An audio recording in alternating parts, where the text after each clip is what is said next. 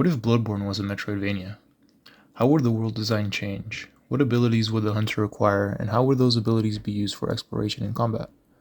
Would these elements complement the things that make this game so enjoyable, or would they just take away from something that is already considered a perfect game by many? Here's the thing, I love Bloodborne. It's one of my favorite games of all time, and it's hard to find anything missing in the experience. But this idea keeps creeping into my mind, and I can't help but wonder what a Metroidvania Bloodborne would look like. Another one of my favorite games is Hollow Knight, and some of the most fun I had playing Hollow Knight was exploring Hollowness, finding areas I couldn't access, taking note, and coming back to those areas when I've acquired the ability needed. It's an extremely rewarding loop that keeps me coming back to the genre. Now, what if Bloodborne had environmental locks similar to Hollow Knight? What if instead of opening the doors that led to Old Yharnam, there was an overgrowth of vines or branches blocking the way, and the only way to access this area is to unlock the flame sprayer and burn the branches down? Not only does this make the flame sprayer more useful overall, but it will also encourage the player to use this new ability in Old Yharnam, and we all know how the residents of Old Yharnam feel about fire. For this to work more cohesively, I would entice the player to head straight for Old Yharnam. Maybe there's an NPC in Cathedral Ward, and the player notices them heading in that direction, acting as a sort of carrot on a stick. This way we establish that there are environmental obstacles that the player can't overcome quite yet. Naturally, the player will return to Cathedral Ward and eventually unlock the Flame Sprayer by completing a side quest given by the Odin Chapel Dweller. Perhaps it's as simple as bringing someone back to the chapel as she normally requests in the game. I like keeping this ability as an optional thing because Old Yharnam itself is an optional area, so I think unlocking it in a way that is tangential to the main quest gives the player more freedom. Plus, the players that went out of their way to unlock this optional ability may find more environmental hazards that can be removed thanks to the Flame Sprayer. Maybe more convenient paths to boss fights could be unlocked, this way serving as a nice little extra reward. Similarly, I think the Rosmarinas would be a great ability weapon. So, what would it do? Bear with me, this one's a little more of a stretch, but what if the Rosmarinas is how we access Cainhurst Castle? If we chose not to accept the invitation, instead, we sneak into the castle with the help of the Rosmarinas. Okay, great, but how? Let's use our imagination here and say the mist emitted by the Rosmarinas is capable of revealing invisible paths. A quick misting around the lake in Hemwick Charnel Lane reveals a hidden path. And to keep things interesting, this path doesn't lead directly to the castle, but actually leads into the lake.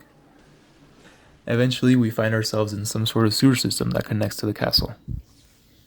This should be an optional route, as the player can still obtain the Cainhurst summons from Esophagus Clinic.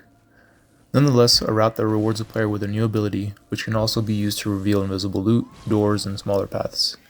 And it would be really cool to explore the castle starting from a different position. Kinda how you can explore the Citadel from a different starting point if you enter through the exhaust organ. The Rosmarinas and the Flame Sprayer are often overlooked in regular playthroughs, as they only become viable combat options after the player has invested at least 50 levels into Arcane, which is a very niche build most players won't bother with.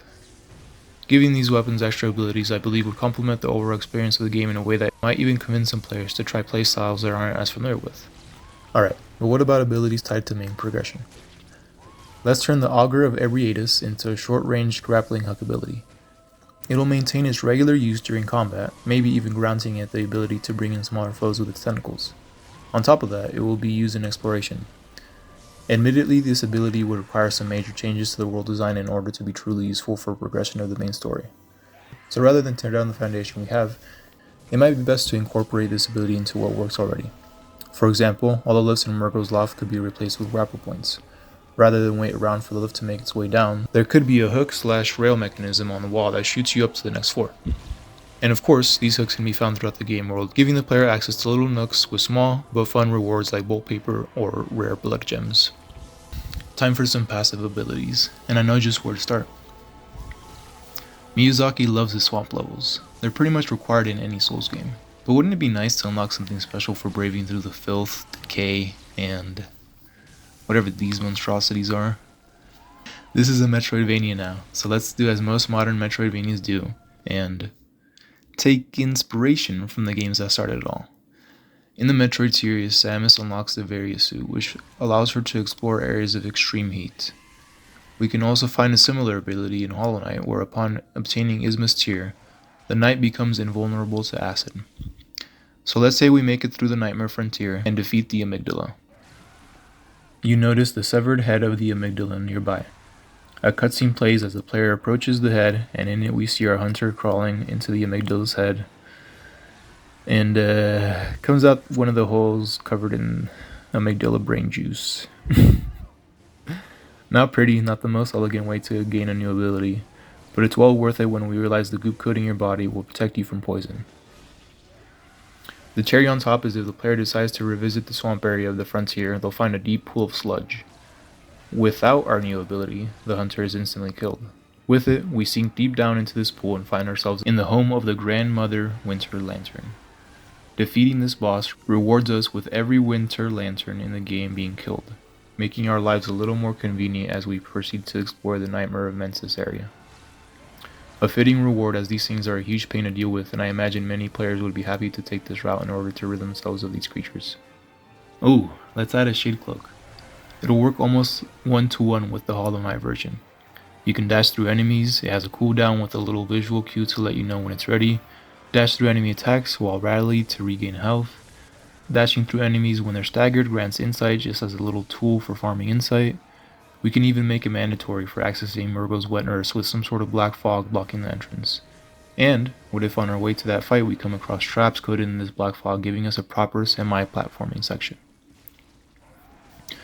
Finally, I want to throw this in just for fun. Fair warning, this ability may not be as seamless as the others have the potential to be, but I really like the Morph Ball. It's such a fun and silly ability that I hardly ever see replicated in other Metroidvanias. Our hunter's final ability will be unlocked after defeating the Moon Presence and becoming an infant Great One. We enter New Game Plus seemingly as usual, but with a small twist. The hunter can now transform into this little slug Great One and crawl through little holes throughout the game. Some lead to basic treasures like cold blood and other consumables, and some lead to shortcuts that allow you to skip entire areas, turning the game into a boss rush as you crawl your way through the conveniently infant Great One-sized tunnel system of Yharnam. I was hesitant to include any major game-altering abilities as I feel they would alter the feel of Bloodborne too much. Abilities we typically find in Metroidvania, like a double jump and a wall climb, would require major changes to the entire design of the game. And my goal was to focus on smaller things that change things up enough to be interesting, but not enough to alter the core gameplay. Anyways, thanks for watching, and please feel free to share any cool abilities down in the comments.